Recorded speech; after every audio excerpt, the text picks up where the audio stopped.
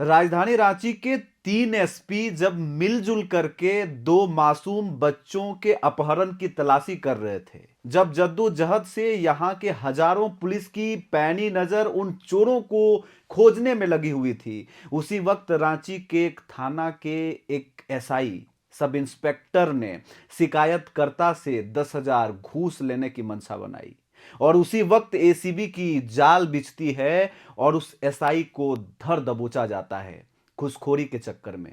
ये झारखंड ही नहीं बल्कि पुलिस का दोहरा चरित्र और दूसरे स्वरूप को दिखाती है कि पुलिस आखिरकार जनता के लिए कार्य कर रही है, यहाँ की प्रशासनिक व्यवस्था यहाँ के जनता के सुरक्षा के लिए कार्य कर रही है, या सिर्फ और सिर्फ अपनी इमारतें बनाने में लगी हुई है। हम 2 खबर के माध्यम से बताएंगे कि राजधानी रांची की पुलिसिया व्यवस्था किस तरह से चरमराई हुई है। आइए हम सबसे पहले उस खबर पर नजर डालते हैं जो सनसनीखेज है, भावनात्मक है और लोगों के इमोशन से जुड़ा हुआ है। पहली दफा जब इस खबर को लोगों ने सुना, तब लोगों को भी लगा कि ये नहीं होना था।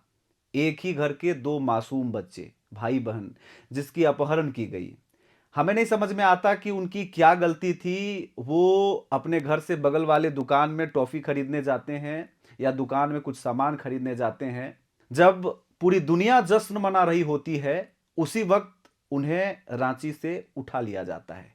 कौन उठाता है, कब उठाता है, कैसे उठाता है, किस मकसद से उठाता है, यहाँ के हजारों पुलिस और तमाम जो खुफिया विभाग है, ये 8 दिन के बाद भी पता नहीं कर पाते हैं। रांची का धुरवा थाना क्षेत्र स्थित मौसीबाड़ी बस्ती, 2 जनवरी को एक भाई और बहन रहस्यमय तरीके से लापता हो जाते हैं। घटना के 8 दिन बीत जाने के बावजूद दोनों बच्चों का कोई ठोस सुराग पुलिस को नहीं मिल पाया है। लगातार बढ़ते दबाव और परिजनों की गुहार के बाद अब पुलिस ने सर्च ऑपरेशन तेज करने का दावा किया है। शुक्रवार को सिटी एसपी, ग्रामीण एसपी और ट्रैफिक एसपी के नेतृत्व में पुलिस की संयुक्त टीम ने मौसीबाड़ी बस्ती और आसपास के इलाकों में एक साथ छापेमारी अभियान चलाया है। अब बताएं कि इसमें क्या क्या किया जा रहा है। कॉल डिटेल रिकॉर्ड यानी कि सीडीआर की जांच की जा रही है। इलाके की सीसीटीवी फुटेज खंगाले जा रहे हैं। इलेक्ट्रॉनिक साक्ष्यों का विश्लेषण किया जा रहा है। डॉग स्क्वाड की मदद से संभावित स्थानों की तलाशी की जा रही है। इसके अलावा धुरवा, जगन्नाथपुर और सुखदेव नगर इन तमाम थाना क्षेत्रों के तमाम जो पुलिस बल हैं, उनको जगह जगह पर तैनात किया गया है।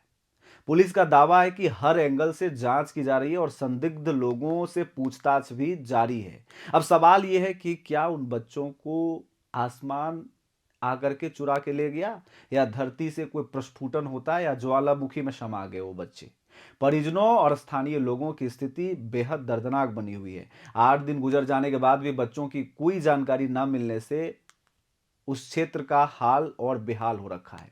परिजन मानसिक रूप से टूट चुके हैं। इलाके में डर और असंतोष का माहौल है। स्थानीय लोग सवाल कर रहे हैं कि अगर पहले दिन गंभीरता दिखाई जाती तो शायद तस्वीर अलग होती। अब 8 दिन के बाद जिस वक्त सारे पुलिस का पैनी नजर इस गंभीर तथ्य को या इस अपहरण के मामले को सुलझाने के लिए लगा हुआ था, उसी वक्त बेड़ो थाने का थानेदार यानी कि सब इंस्पेक्टर रिश्वत लेते रंगे हाथ गिरफ्तार होता है। रांची से जुड़ी यही वो दूसरी खबर है जिसके बाद मैंने आपको पहले ही कहा था कि आपको पुलिस का दूसरा चरित्र और चेहरा यहां पर देखने को मिलेगा। यानी कि भ्रष्टाचार निरोधक ब्यूरो एसीबी ने बेड़ो थाना में पदस्थापित एक सब इंस्पेक्टर को 10,000 रुपये रिश्वत लेते रंगे हाथ गिरफ्तार किया है। अब बताते हैं कि बेड़ो थाने का इंस्पेक्टर कर क्या रहा था। एक शिकायतकर्ता को मदद करने के नाम पर वो 10,000 का मांग करता है। अब शिकायतकर्ता बेचारा चालाक ठहरा, वो इसकी कंप्लेन एसीबी को करता है। अब पीड़ित जब एसीबी से शिकायत करता है तो एसीबी इस मामले का सत्यापन करने के लिए पहुंच जाती है और शिकायत सही पाए जाने पर जाल बिछाया जाता है। जैसे ही सब इंस्पेक्टर ने रिश्वत की रकम ली, एसीबी की टीम ने उसे मौके पर ही गिरफ्तार कर लिया। फिर खबर सामने आती है कि रांची के एक एसआई को 10,000 लेते हुए रंगे हाथ गिरफ्तार किया गया है। गिरफ्तारी के बाद आरोपी को एसीबी कार्यालय ले जाया गया जहां उससे पूछताछ की जा रही है। अब यह जांच की जा रही है कि क्या वह पहले भी रिश्वतखोरी में शामिल रहा है, क्या इस नेटवर्क में कोई और पुलिसकर्मी भी शामिल है, या उसका इतिहास क्या है।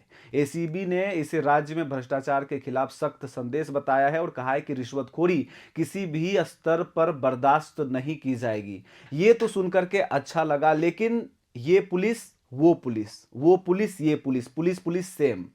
यानी कि एक तरफ एक जो पुलिस का दल है वो उन बच्चों के खोजबीन के लिए जद्दोजहद कर रहा था, और दूसरे तरफ उस पुलिस के मानसिकता को जज करने की कोशिश करिए जो अपने पेट पूजा के लिए हजारों की रकम इस कानून को बेचने पर तुला था।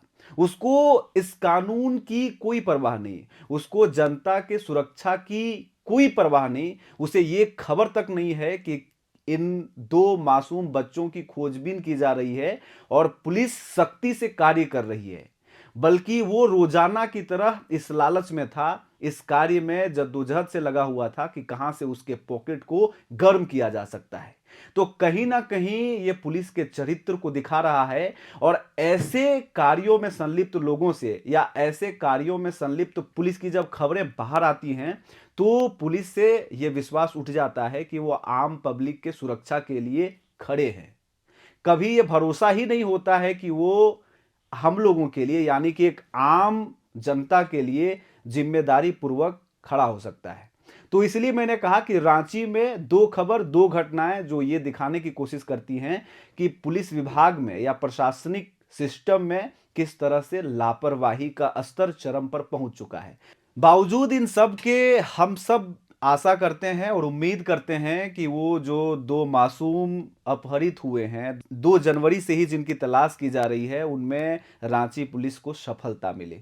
चाहे जितनी भी सवालों को खड़ा कर लिया जाए, लेकिन पुलिस विभाग फिर भी इसीलिए तैनात है। पुलिस विभाग का जिक्र हमारे यहाँ इसलिए होती है ताकि जनता सुरक्षित रह सके।